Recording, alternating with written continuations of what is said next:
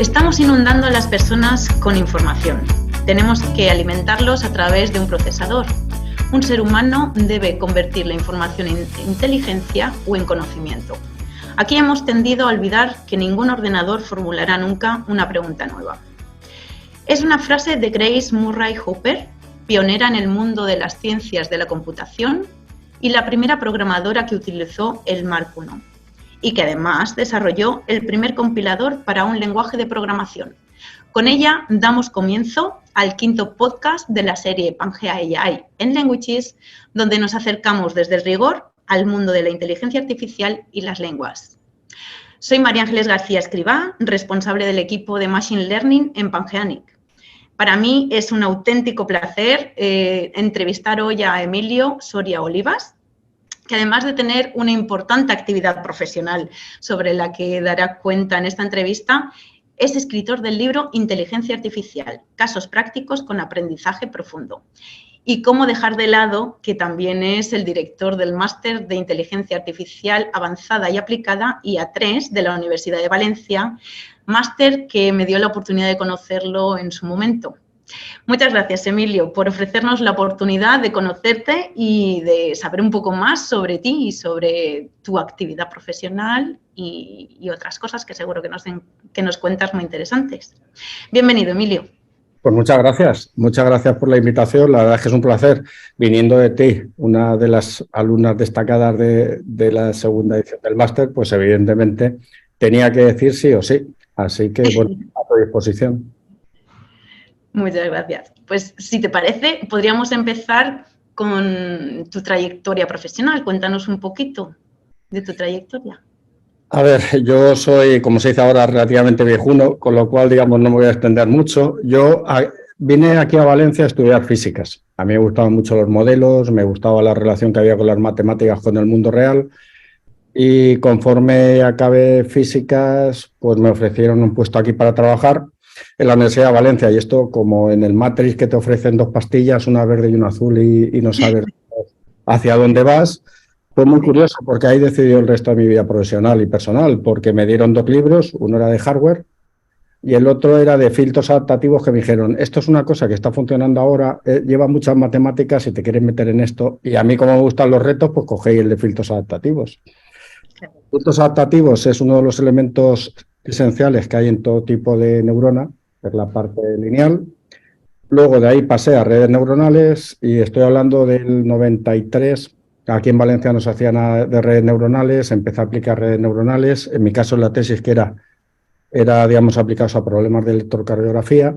De ahí pasé a farmacia, porque tuve un buen contacto con el jefe de farmacia, el doctor Peset, y ahí todo. A lo largo del tiempo empezamos a aplicar redes neuronales, pasamos a otro tipo de modelos más complicados, aplicamos lógica borrosa en su día, sistemas neuroborrosos. Y bueno, poquito a poquito nos hemos llegado hasta el día de hoy. En verdad, cuando me dicen, tú eres un experto en inteligencia artificial, digo, no. Yo soy un experto en modelos. Lo que pasa es que la vida me ha llevado, o intento ser un experto en modelos, la vida me ha llevado a que ahora se llama inteligencia artificial, que es justamente la inteligencia artificial es muy amplia, pero lo que conocemos como aplicabilidad a día de hoy es aprendizaje profundo, que es modelado avanzado. Muy interesante. ¿Y por qué te decidiste a escoger ese libro? Justamente por mi vocación de estudiar físicas. A mí me gustaba mucho, digamos, o yo de pequeñito disfrutaba mucho viendo cómo una ecuación te podía describir lo que pasaba en la realidad. Entonces, ahí tenía la parte hardware, que es la parte de plaquitas, electricidad, chispas, y yo dije, yo me voy a los numeritos que me gustan más, y por eso ese libro. Hubo un compañero que vino después que cogió el libro y él ha hecho su grupo de investigación en temas de hardware. Yo hice mi grupo de investigación en temas de modelos y análisis avanzado de datos. De cierta manera, esa decisión que uno toma en un minuto luego impacta en... marca tu vida. Sí. Muy interesante, sí. También sabemos que eres fundador del grupo de investigación IDAL, Intelligent Data Analysis Laboratory, de la Universidad de Valencia, y quisiéramos que nos cuentes un poco más sobre el tipo de proyectos e iniciativas que lleváis a cabo en este grupo. Cuéntanos un poquito. Pues lo primero es, aprovecho que esto es un foro digamos, más o menos amplio y desde ya, digamos, porque normalmente parece que, digamos, la universidad es un sitio cerrado, se nos ha olvidado que universidad viene de universal, entonces ya aprovecho, digamos, para decirle a todo el mundo que si quiere trabajar en datos, colaborar en datos, pues tiene las puertas abiertas y que es tan sencillo como mandar un correo a mi dirección de email y que me cuente dónde puede trabajar y seguro que lo encontramos aquí un hueco porque proyectos no nos faltan.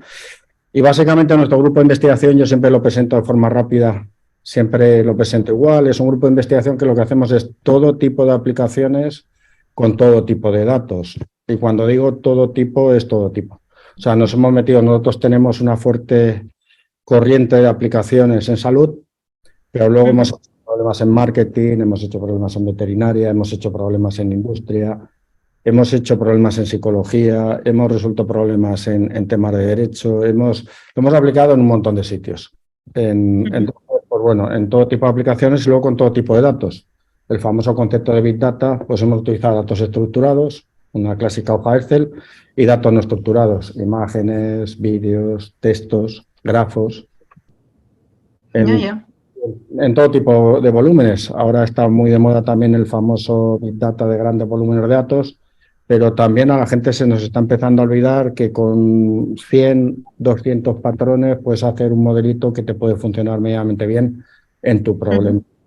Muy bien. ¿Y el tema de la gobernanza de los datos? Nosotros lo ¿Lleváis tenemos. proyectos de ese tipo?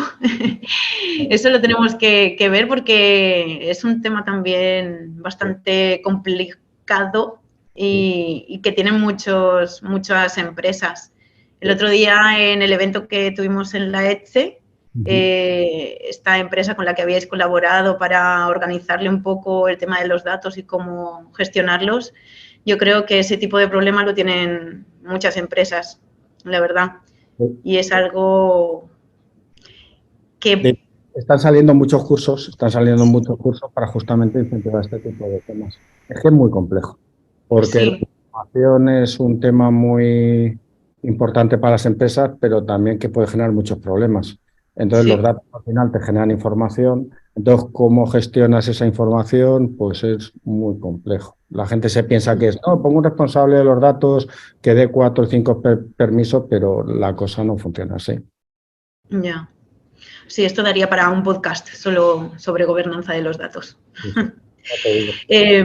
Vale, continuando un poco con la trayectoria, queríamos hablar también del máster que gestionas, el máster de Inteligencia Artificial Avanzada y Aplicada, IA3, de la Universidad de Valencia, el que hemos comentado anteriormente.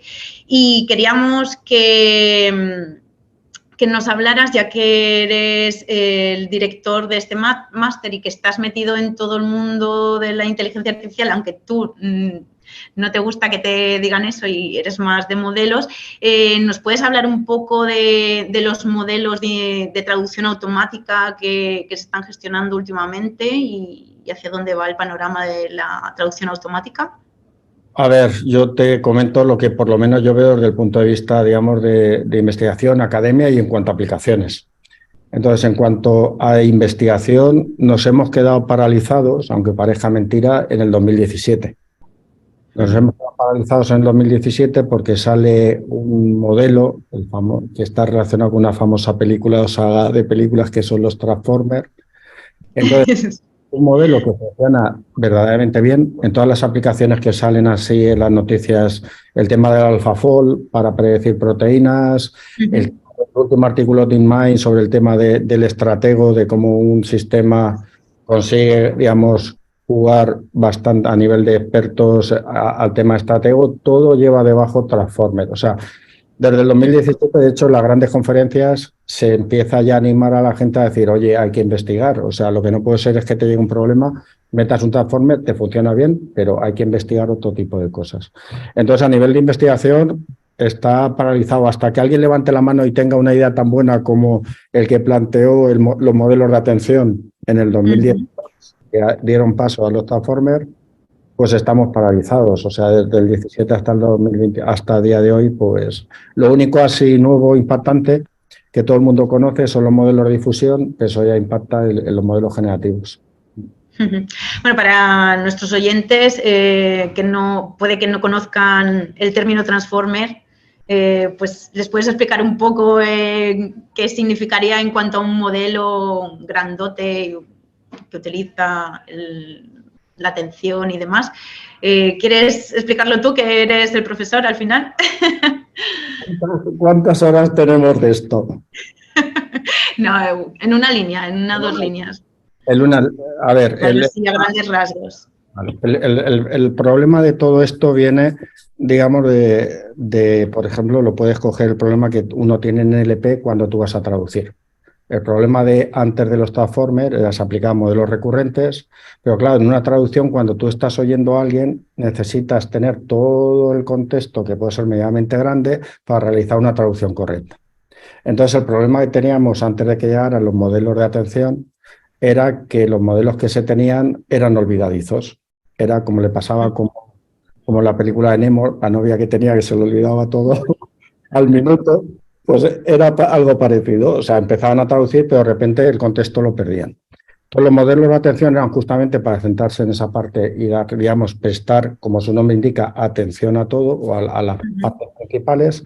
Y ese concepto de atención es lo que cogen los transformers para, digamos, aplicarlo en todos los problemas donde se utilizan. Luego le meten 2 o 3 ingredientes más que los hacen todavía más robustos, pero básicamente, digamos, el núcleo de estos sistemas es el bloque de atención. Y vuelvo a repetir. Claro, y además, este mecanismo de atención en la traducción automática pues nos permite aprovechar el contexto de lo que se traduce, claro, de forma que la traducción es mejor, es más eficiente. Entonces, en problemas, por ejemplo, en problemas de visión, tú cuando ves algo, normalmente no es lo mismo, digamos, ver una determinada cosa en un determinado contexto que esa misma cosa en otro contexto.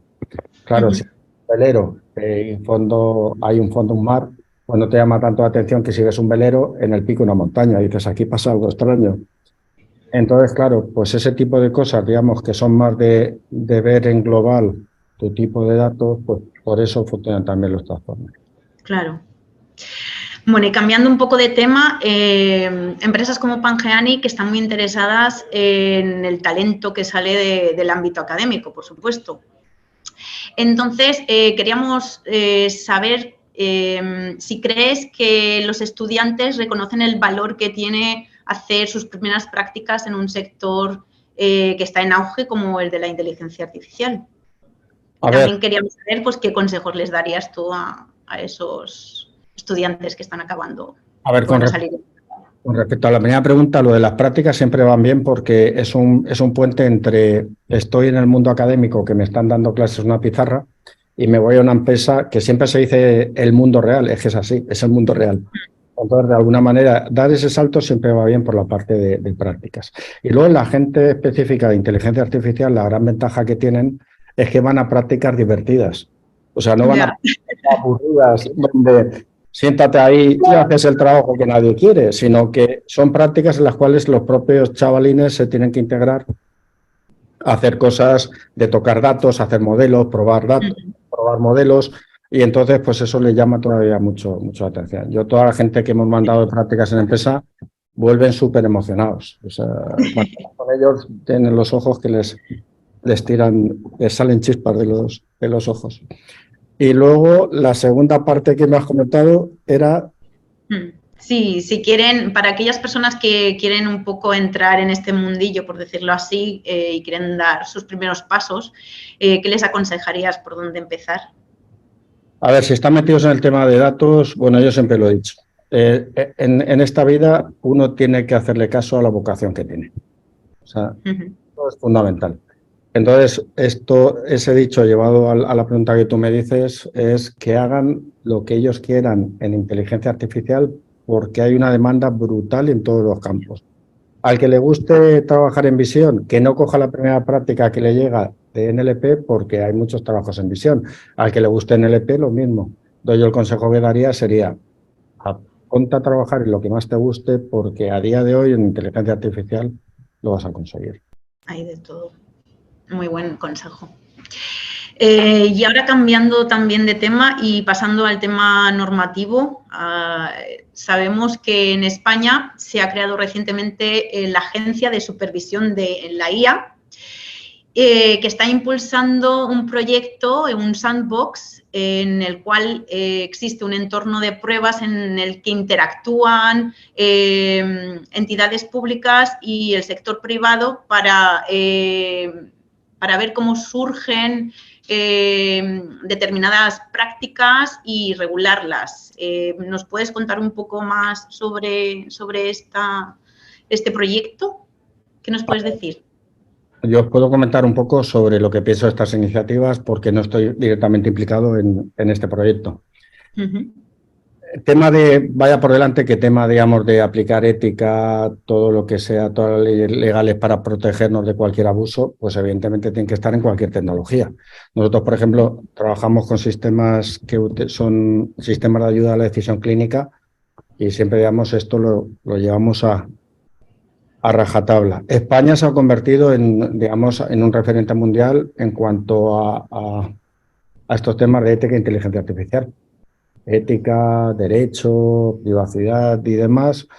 Lo que pasa es que a mí, mi opinión personal, y esto ya entramos dentro del terreno de opiniones personales, yo creo que igual hemos empezado un poco la casa por el tejado.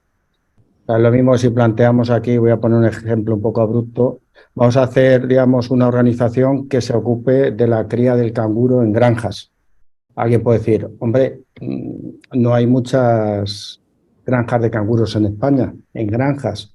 Entonces, pues yo creo que está pasando algo parecido. Yo hubiese visto igual más lógico, vamos a poner una agencia de aplicaciones de IA en NLP, aplicaciones de IA en salud, vamos a hacer una agencia europea a nivel mundial. Pero claro, si ya arrancas con una agencia de ética y de derecho y de privacidad, tampoco tenemos en España un tejido productivo tan intenso y extenso. Tampoco investigamos en tipos de aplicaciones especialmente peligrosas con el entorno humano. Entonces, entiendo, digamos, esa agencia, pero tampoco acabo de entender el hecho de que, digamos, no se hayan planteado otro tipo de agencias antes. Sí, seguramente habrá como una primera versión de la normativa, digamos, que se irá actualizando, supongo, porque esto necesita actualización, seguramente.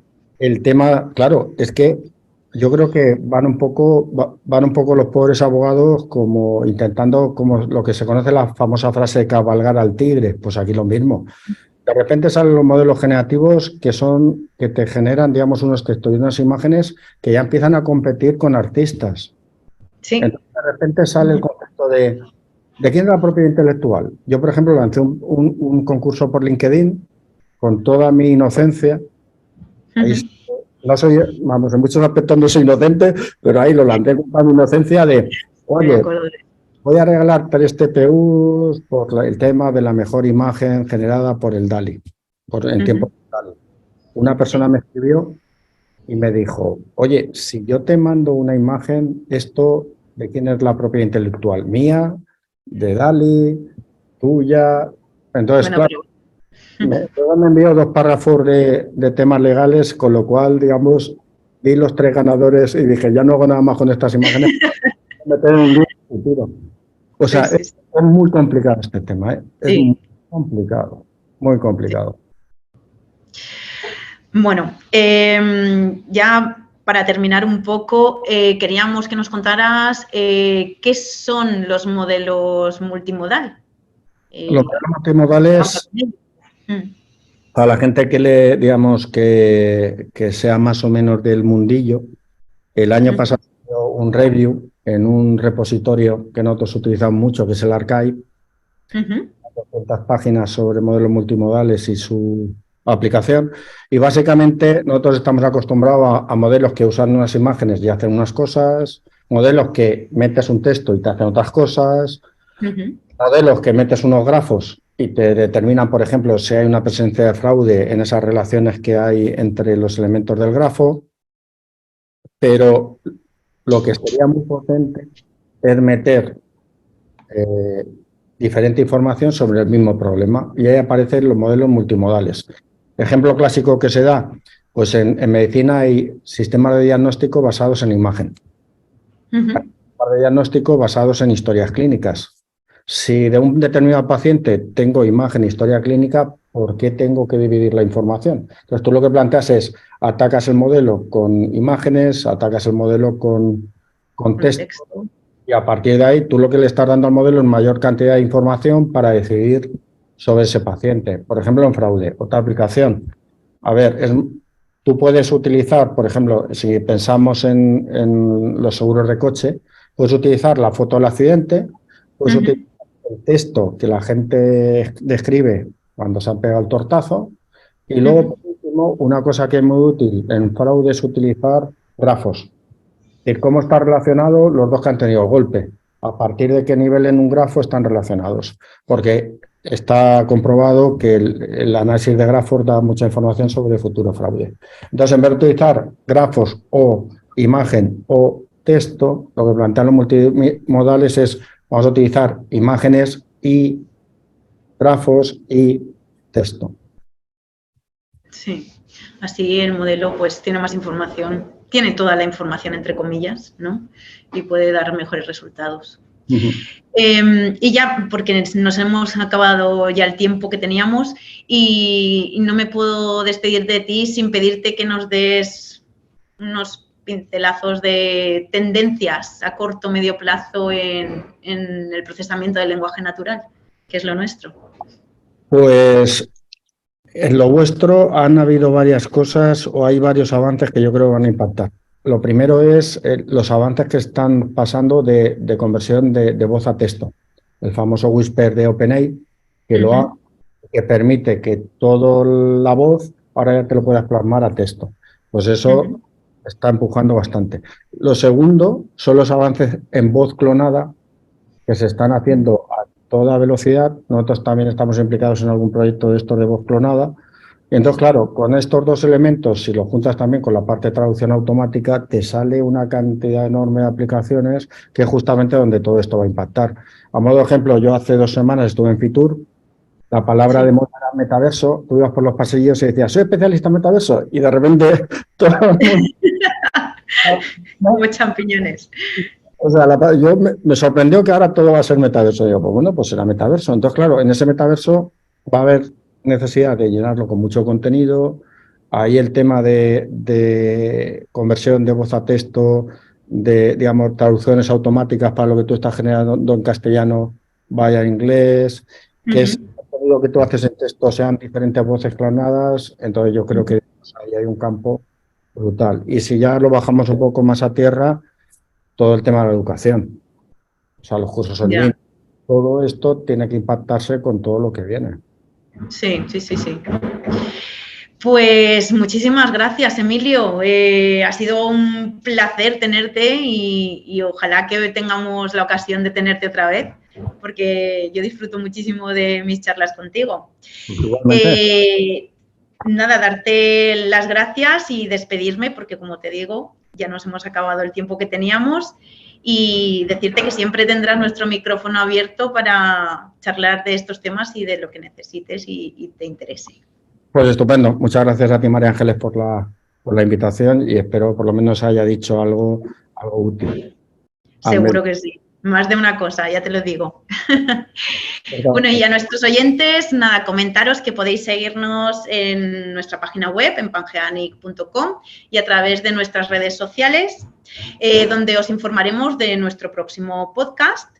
Y, por supuesto, deciros que estamos siempre atentos a vuestros comentarios y a vuestro feedback, porque queremos que este podcast, Pangea AI en Languages, sea algo participativo, donde nuestros oyentes también puedan formular preguntas y tener participación. Y nada, muchísimas gracias a todos, un saludo y hasta pronto.